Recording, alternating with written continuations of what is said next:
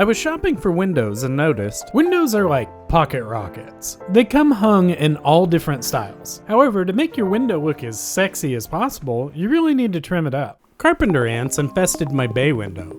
I repaired the structure holding the bay window up. Then a storm blew through and a tree limb fell on the window. I decided that the bay window wasn't worth trying to save, so I installed a new window, insulation, drywall, acoustical ceiling, and painted. And now you're here to see me trim my window. It's always a good idea to draw out designs and make plans before springing into action.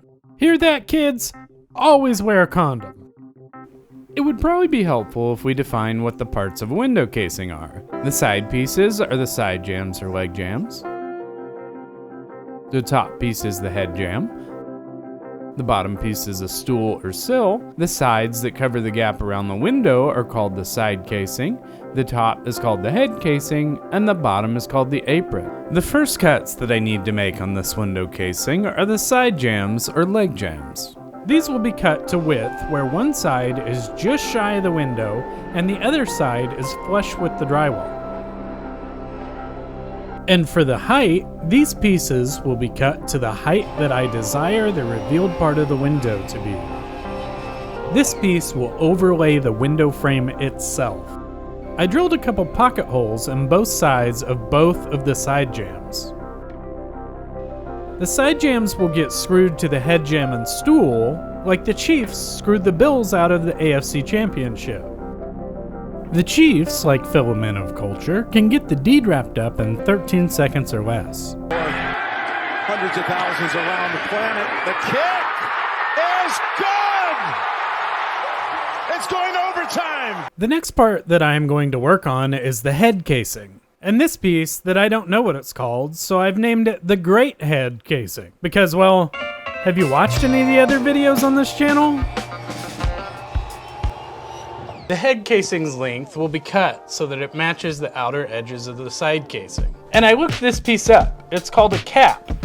But I'm just going to keep calling it the Great Head piece because it's funnier and it makes more sense. We want to cut this so it overhangs the head casing just a little bit.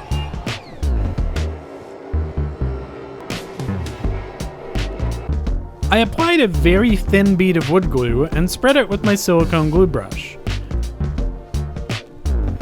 I made sure the overhang was correct, clamped it together, then used my brad nailer to nail the great head casing to the head casing.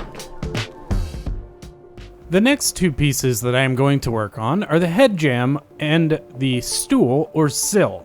These two pieces will need a notch cut out of them so they can slide into the framing. The notch depth will match the side jamb depth.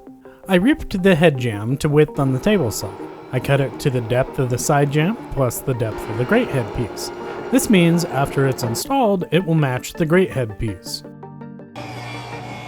For visual pleasure, I cut both the head jamb and the stool to the same length as the great head piece. Or at least that's what I intended to do. You can see me coming to the realization that I can't read my own handwriting and have cut a piece 10 inches short. Oops. We'll be right back after this short message from our sponsors. Hi, Brandon here for the Turbo Butt Cleaner number 2. It cleans, it brightens, it eliminates odors all at the same time. I really like big window sills, so I ripped the width of mine to 5 inches wide. Plenty of room for activities.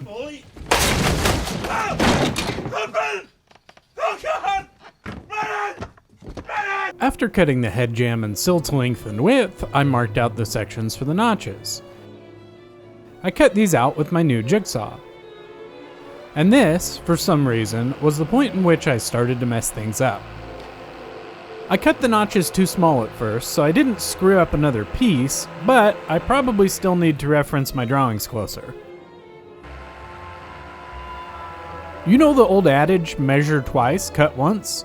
I'm more of the mindset of measure, cut long, keep making smaller and smaller cuts until the piece is perfect.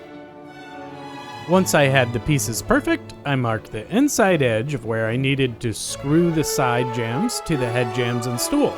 So basically, I'm going to assemble a window jamb frame before I slide it into the window opening. I used a whole multitude of clamps while gluing and even more restraints while screwing. And in the next 30 minutes, I felt like I was in a 50 Shades book without a safety word, while this large window casing whipped my ass in my small woodshop. Eventually, I was able to assemble the frame and carefully lug it upstairs to go onto my window. I used a combination square to measure from the edge of the window glass to the edge of the side jambs to make sure I was installing the jamb square. I nailed in enough shims to hold the jamb frame square and then nailed the side casing on. I used a combination square again to make sure the reveal was even top to bottom. Once satisfied about the squareness, I went ham with the nail gun.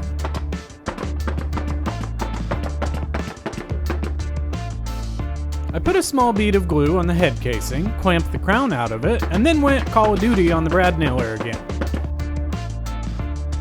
I did the same for the apron.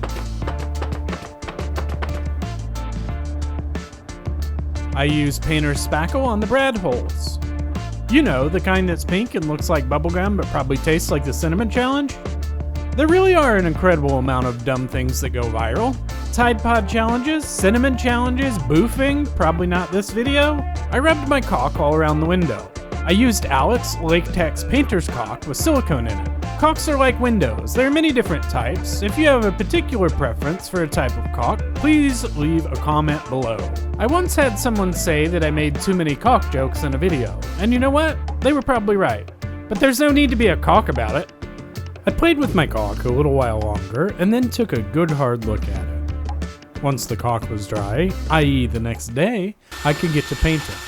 There are a few tricks to painting something with a brush and achieving a quality finish, and a large part of those tricks consist of not buying crappy quality materials.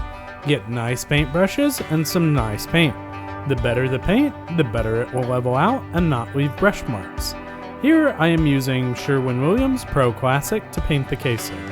If you really want some nice crispy lines, use some blue or green painter's tape. Or you can just take your time and practice your cutting in.